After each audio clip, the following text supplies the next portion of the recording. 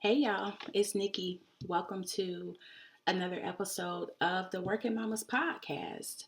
This is episode 27. This is a CareerConvos episode.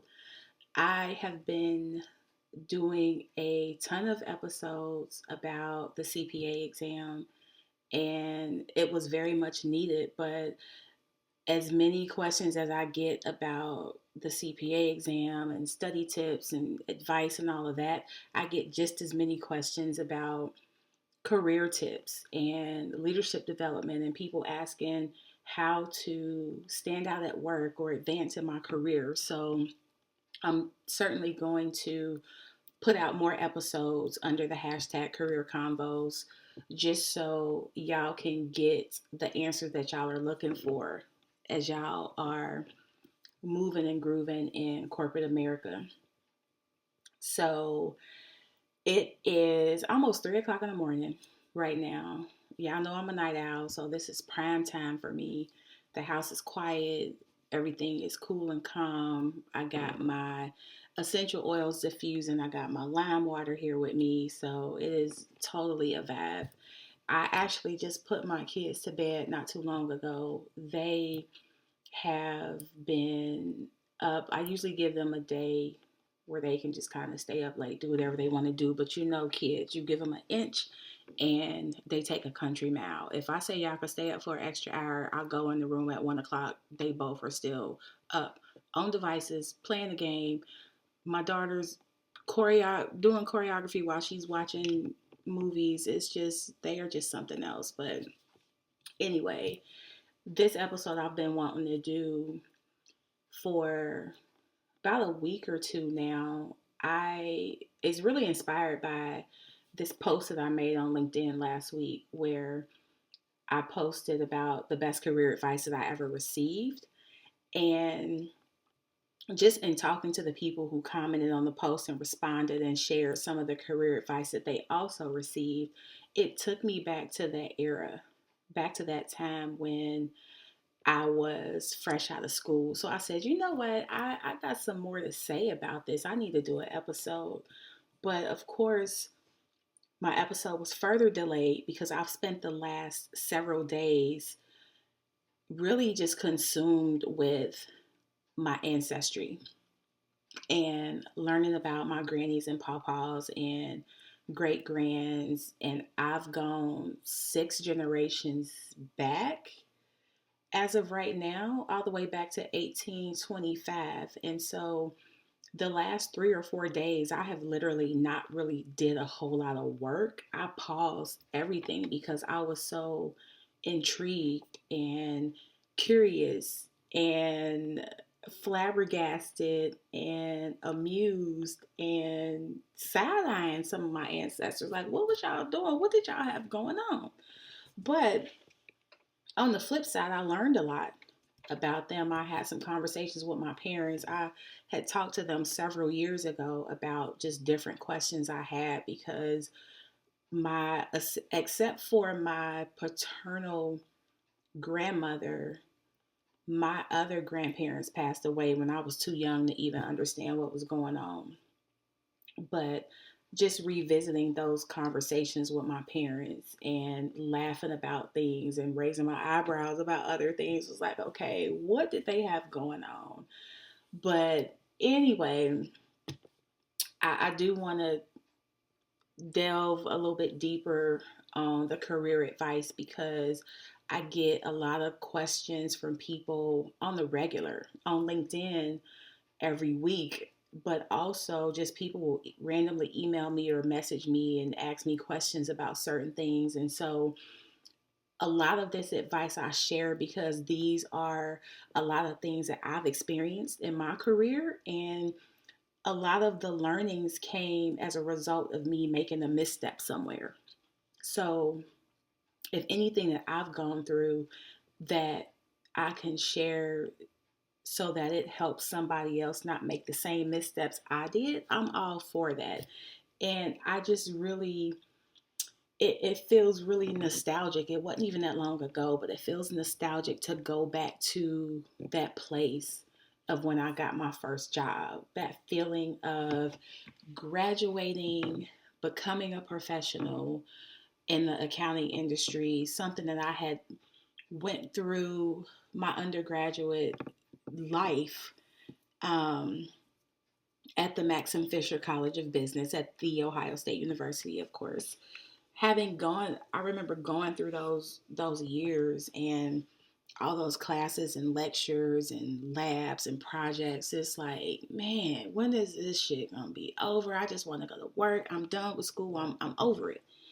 And just going back to that time in 2004, those first few weeks between me walking across the stage to get my degree to receiving the verbal offer from Mr. Knowles, like that was so surreal for me. And in just a matter of weeks, I am being relocated. I'm house hunting with the realtor that the company assigned to me, and I'm preparing to put these 5 years of accounting studying to use.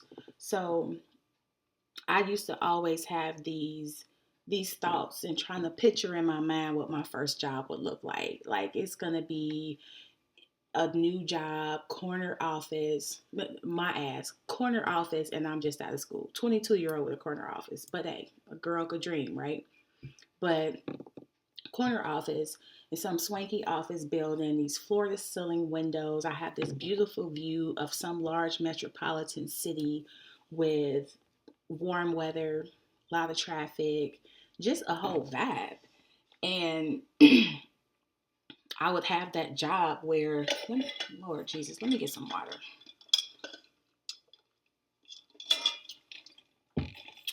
Water with a splash of, well, not even a splash. I got water and the juice of 2 limes. So my water is like super crisp right now.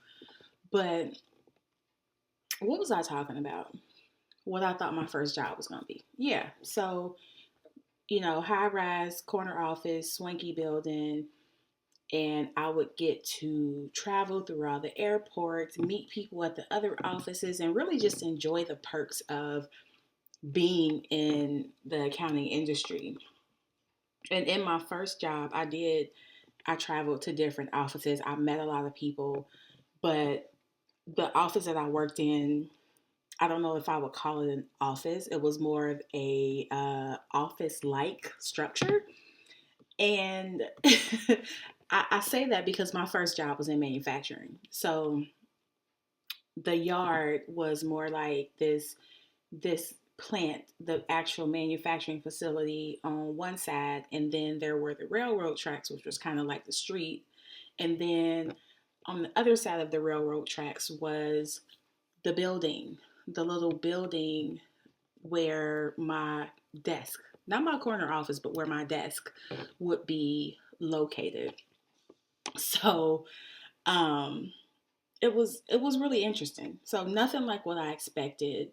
The other reason why it was nothing like what I expected is because of really just the whole attire, the dress code thing. So when you think about a manufacturing facility, there are pallets, there are rail cars going back and forth all day. There's dust, there's hard hats, there's just drums, not like music drums, but like drums of like chemicals and containers, but nothing like that swanky office building. But I still, despite all of that, showed up on the first day wearing a pencil skirt, button down shirt, stilettos, rocking freeze curls. And if y'all go back with me for a second to the 99 and the 2000 when Cash Money took over, freeze curls were the thing. If you had short hair, it was short with freeze curls, or it was finger waves, or if it was long, you had a French roll or a bun or something like that. So, with me rocking my short hair, my freeze curls were everything to me, and I got my hair done every week. Some days or some weeks I got them done. I got my hair done twice a week because if I was working out and my hair sweated out, I had to go get my hair done again. But I remember walking in the building with that outfit and just getting this blatant side eye from my new boss. So I was a financial analyst. My boss was the controller. She was easily at least 3 or 4 decades older than me. So I'm going around the office meeting all these people. Now I meet the accounting department, which is only 2 people. I had never seen another 2 person accounting department after that. But these 2 ladies, not as old as my boss, but still a good 25 years older than me. And I'm saying hi and I'm shaking their hands and I'm kind of looking them up and down at the same time, like, okay, they got on jeans and sweatshirts and gym shoes. And here I am, this corporate millennial dressed like I'm about to go work on Wall Street. And it was just awkward. So to say that it was a fish out of water experience was an understatement, but that was also me just being comfortable with me and who I am, and I've never been that person to assimilate. And I've never been that person to say, well, just because everybody's doing this, I'm going to do it too. Or when everybody goes right, I'll go left. So I felt like I still could have came into that role, even though it was a manufacturing facility, and be who I wanted to be. I like to dress up and wear skirts and dresses and look like I was the boss. And so it was um it was awkward for me just seeing them like, wow, they are really like underdressed. But then I was the one that got the rude awakening. We'll get to that in a minute.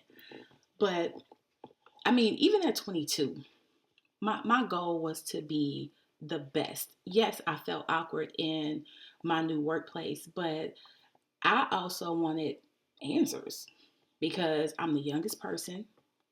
I'm the only black person. And here I am, this black girl from Cincinnati with hella ambition. I was chosen out of all the other new grads who interviewed for this job. And I know that just in my experience at Fisher, there was not a lot of black students. And I knew I was up against a lot of other people that didn't look like me, didn't talk like me, didn't dress like me.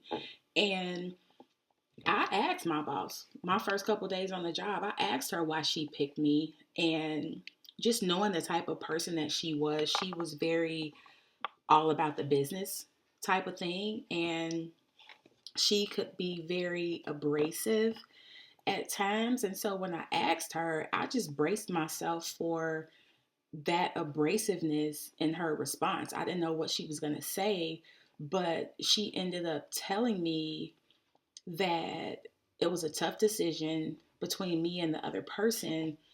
And when she made the decision, it came down to the details. And she thought I was the best person for the job. And she appreciated my attention to detail. And when I tell you, I was floored because I just felt like something mean or something sideways was going to come out of her mouth. And so I was just humbled, like, wow, like, thank you. And let's just back up several weeks prior and we'll talk about what she meant with the details.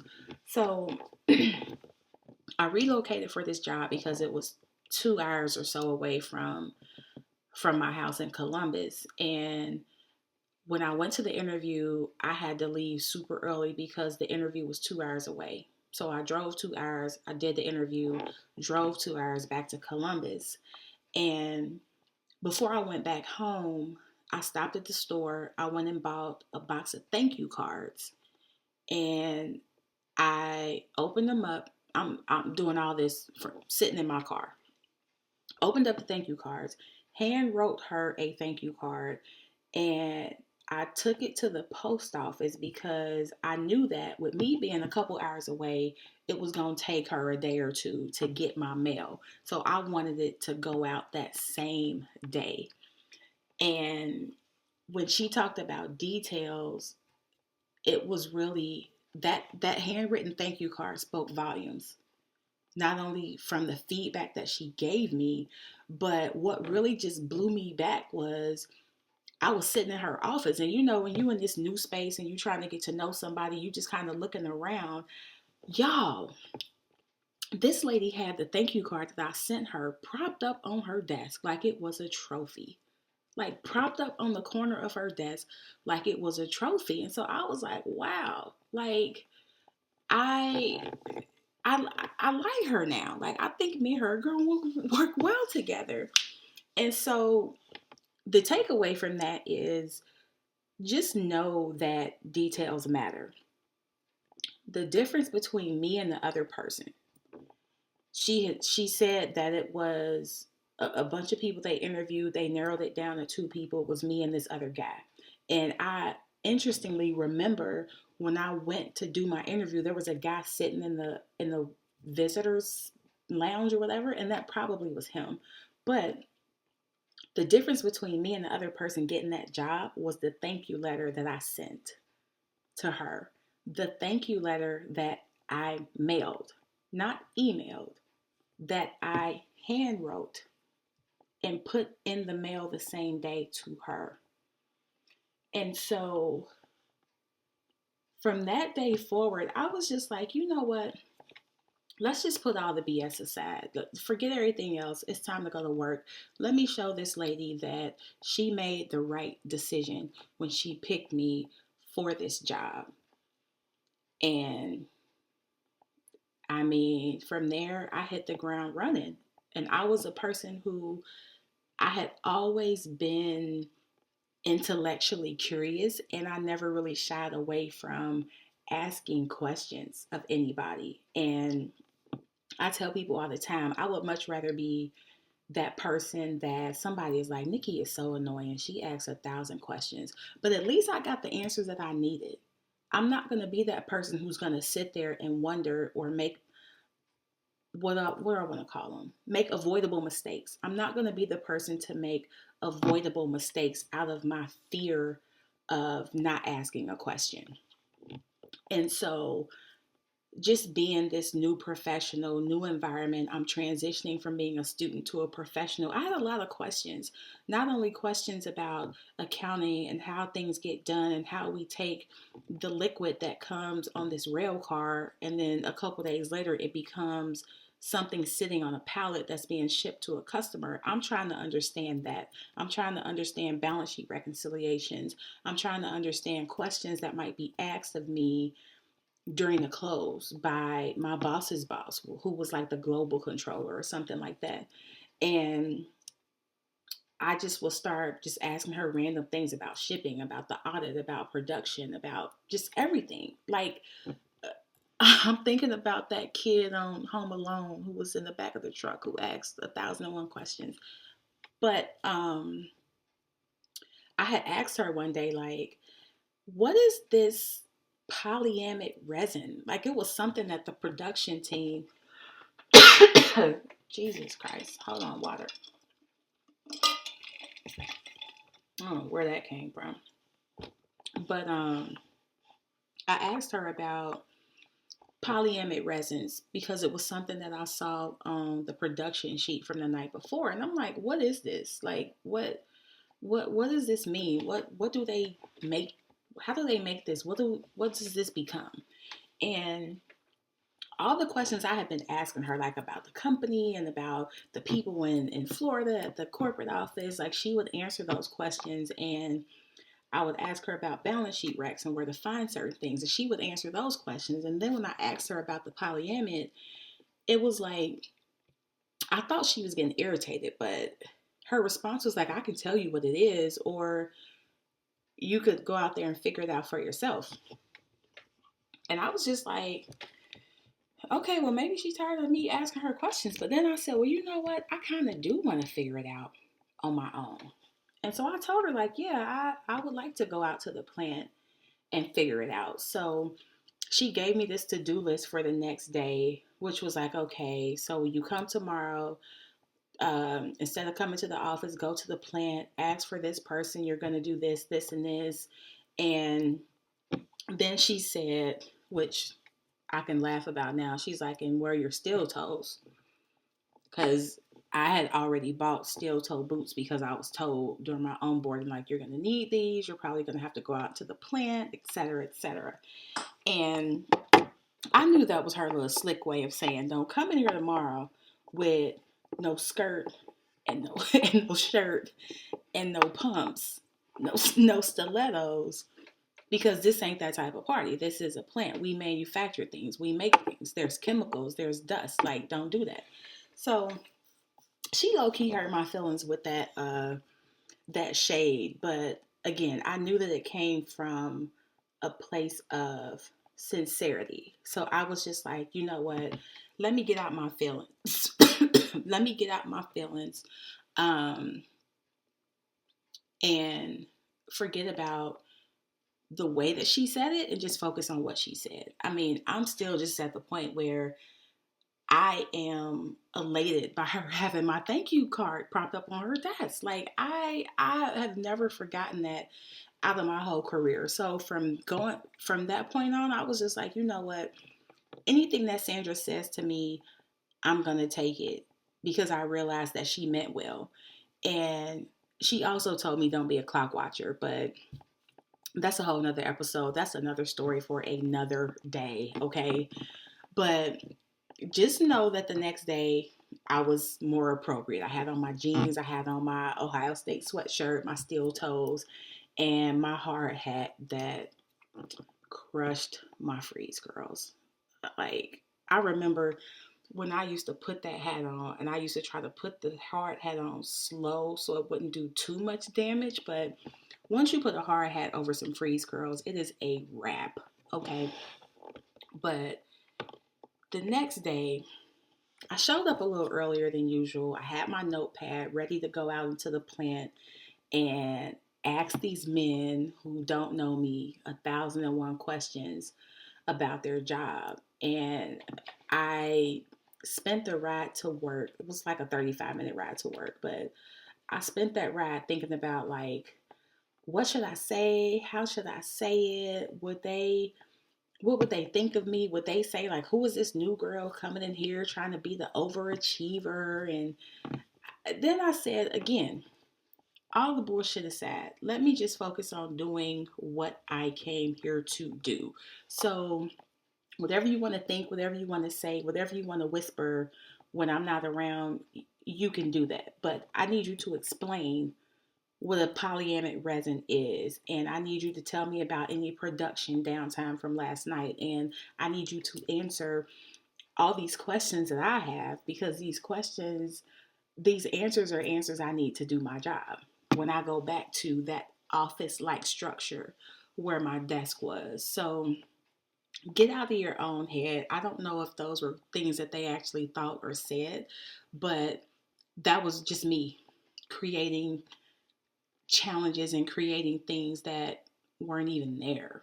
So get out of your own head. Sometimes we can be our own worst enemy. It was when I got out of my own head that I started this podcast. So, but it went on like that for almost a year. That role, my title was a financial analyst. That role lasted for about a year before the company got put on the block. Air quotes on the block. When a company gets put on the block, that means that they're being put up for sale. So this particular division was the chemical division of a larger publicly traded company. And so it was like, I don't know how this is going to go. This is my first job out of school. I didn't plan on having to look for a job, and it's been less than a year, and just all these things going through my mind. But I was like, you know what? Whatever happens, I learned a lot from this, and I learned a lot from Sandra, and I got over my fear of not fitting in. And I had a lot of these moments throughout that time with Sandra where I felt like I was ready for something that she would throw at me, and I wasn't. Like, I felt like I was, but I wasn't. But after working with her, I was ready.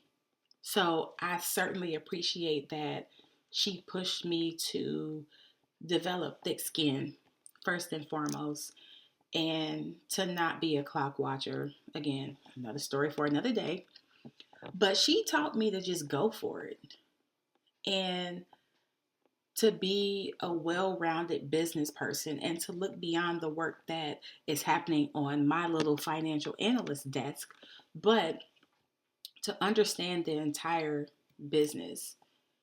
And for me, being a black girl, being a black woman, now being a black woman in an industry where I represent not even 1% of the industry. Black CPAs as a whole represent about 0.7% of the entire CPA industry. If we further break that 0.7 down to black female CPAs, it's way less than that. So, number one, I'm glad I got that teaching. And I'm glad that I got it early as part of my first experience in the corporate world. Because when you go into these new jobs, all of the hiring, the onboarding, the paperwork, there might be some training if you get lucky. A lot of companies are just like, look, just walk in the door and figure it out. There's not a lot of training or really official onboarding processes that happen anymore. But even if it is, even if you get the training and the experience and all of that, there's still all of these unwritten rules of corporate America that you really only learn by doing or seeing or immersing yourself in it. And so, one of the reasons why I want to focus more of my conversations, more of my episodes about career development and hashtag CareerConvos is because there is so much that I've seen, that I've done, that I've been a part of, but there are also a ton of missteps that I made in my career. And I learned a lot from those missteps. So if me sharing career advice based on my actual experiences, if something that I went through, if I can talk somebody through what not to do and help them avoid those missteps that I made, then I'm super happy with that. And there's not a lot of people, a lot of black people in corporate America who are going to pull you to the side and say, hey, welcome to the company. Let me tell you about a couple of things that might not be written in the company handbook. Here's what you need to do when you are the only woman in the room, when you are the youngest person in the room, when you are the only black person in the room, and dealing with the politics of corporate and trying to duck and dodge all of that, but then still looking at it like I'm here, I'm a force to be reckoned with, regardless of my title, regardless of how many years of experience somebody has on you. It's all about what you bring to the table as far as your authenticity, as far as your value, as far as being confident in your skill set. And so the best advice, the best career advice I ever got was to do it yourself. So do it yourself.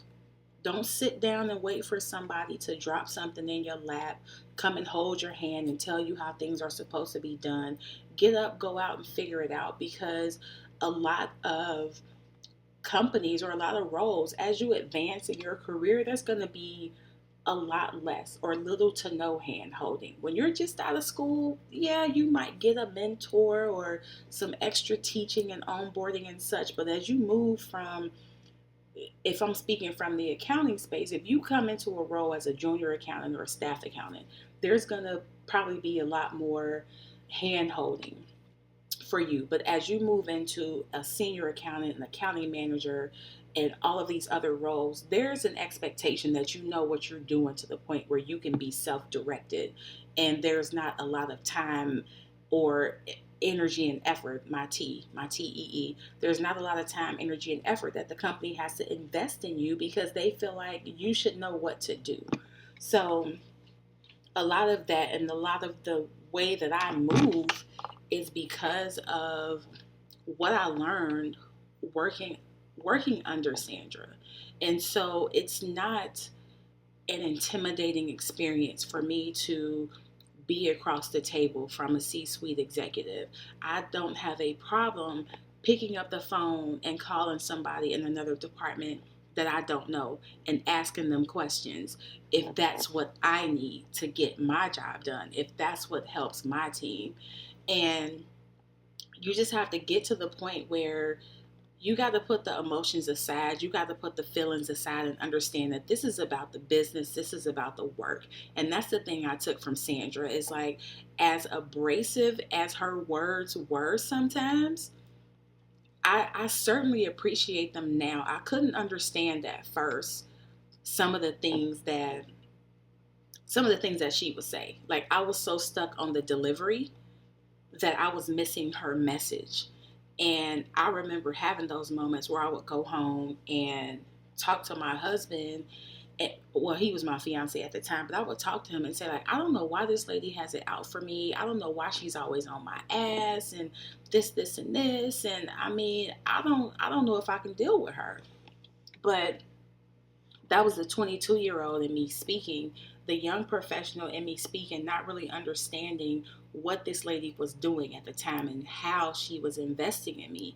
And it wasn't until several years down the road where I would occasionally think back to that experience. And I'm like, oh, I didn't get it at the time, but damn, I get it now. And I so appreciate what she was doing when she told me to go out here and figure it out on my own. When she would say, you're not going to get very far in your career if you're a clock watcher. And a lot of times or I won't say we, I'll speak for myself. A lot of times in relationships, whether they're with significant others, whether it's with family and friends, sometimes there's this communication issue that's at the root of a lot of the problems where it's like, I couldn't even catch what you were saying because I couldn't get past the way that you said it. And that's where I was with Sandra. Like, a lot of times things that she said, I'm just like, did she really just like fix her mouth to say that like that? But you gotta let that go out the window and realize that it's about the work. And it's not, in most cases, it's not anything personal or a ding against you. It's just, that's the nature of at least the accounting industry, and you just got to be along for the ride. And I had looked Sandra up a few weeks ago because this was only 15, 16 years ago. This was 2004. So while it wasn't a long time ago, there was no social media. And so I still would think about her occasionally because I don't think she realized the impact that she had on my career. I've had people tell me that I'm very ambitious and I work with a sense of urgency. And like I said before, I don't have a problem working cross functionally, not afraid to interact with leadership and big wigs, if you will. And a lot of that I learned from her. And it wasn't until later that I realized, going out into the plant, talking to these people, asking them these questions, was my first experience with working cross functionally. Accounting impacts every aspect of a business. So if you work in accounting and you're listening to this, you have to be able to work cross functionally, whether you're making a phone call to an operations leader, whether you're talking to IT, it can be marketing, looking at their P&L. It can be so many things going on. And so there's just a skill set that I don't want to call them soft skills because there's nothing soft about them, but there's a skill set that you have to develop beyond technical accounting and debits and credits to really be effective in your role. And even with Sandra and this whole clock watcher thing, like, we would spend some days after hours. To me, after hours is like, if it's 5:01 and I'm still in the office, there is a problem, okay? But for her, she didn't care about what time it was, and we would be in her office reviewing the P&L on speakerphone with the FP&A team in Jacksonville, asking questions to the plant team about production. So many things that I learned from her that set the bar so high for my career. And of course, that post that I put on LinkedIn made me think about that. But also, when I think about all the questions I get from people on LinkedIn, and then the people who just randomly reach out to me on social media or email me and say, "Hey, how do I move up in my career?" Or they'll talk about some situation they're dealing with at work, and ask me for suggestions, or how do I advance in my career. And interestingly, the people who ask me for advice, there's not like one group of people. These are everybody from new professionals to seasoned people who have several years, decades of experience. They work in different industries, they're at different levels in their career, yet they all ask similar questions.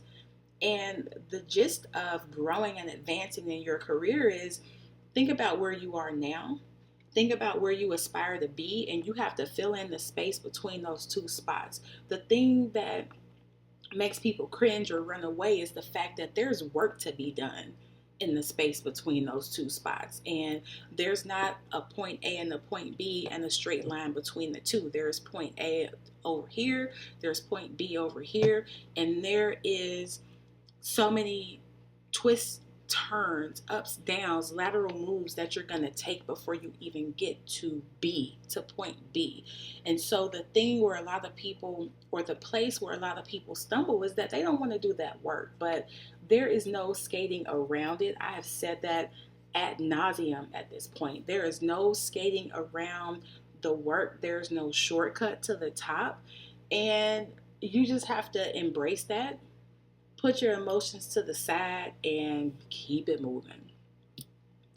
So, I am curious to hear what the best career advice is that you have ever received. So, definitely, if you're listening to this, share it, or message me or email me on social media and let me know what's some career advice that you've received. And I think this is a conversation that we need to continue, because even with a lot of companies pivoting to work from home, there's a whole nother set of rules and such, a lot of career advice that's still applicable, but then we have to add another layer to it, because now you have to think about relationships and going virtual, and how you still have to ensure that your presence is known even in a virtual environment. So this is a subject that we can easily talk about on 2, 3, 4 more episodes. But for now, I'm gonna pause there, because this has been fun. I actually was flashing back to those moments as I was doing this episode, but that was just an amazing first experience, a first job to have. I couldn't stand it at first. I couldn't receive the message at first, but I am so glad that I did. And it really just defined how I moved in my career after that. So I appreciate it. It was priceless experience. So if you have a career question you want me to answer, hit me up on social media at Nick Winston CPA. You can also send me an email, Nikki at NickWinstonCPA.com. Happy to talk about this further and help y'all get to where y'all want to go as y'all are moving and grooving in these corporate streets. So this is probably one of my longest episodes. It's almost 40 minutes, and that's more than enough time. So y'all be good. I hope y'all enjoyed this episode. There will be more of these to come. But for now, y'all be good. I'll talk to y'all later.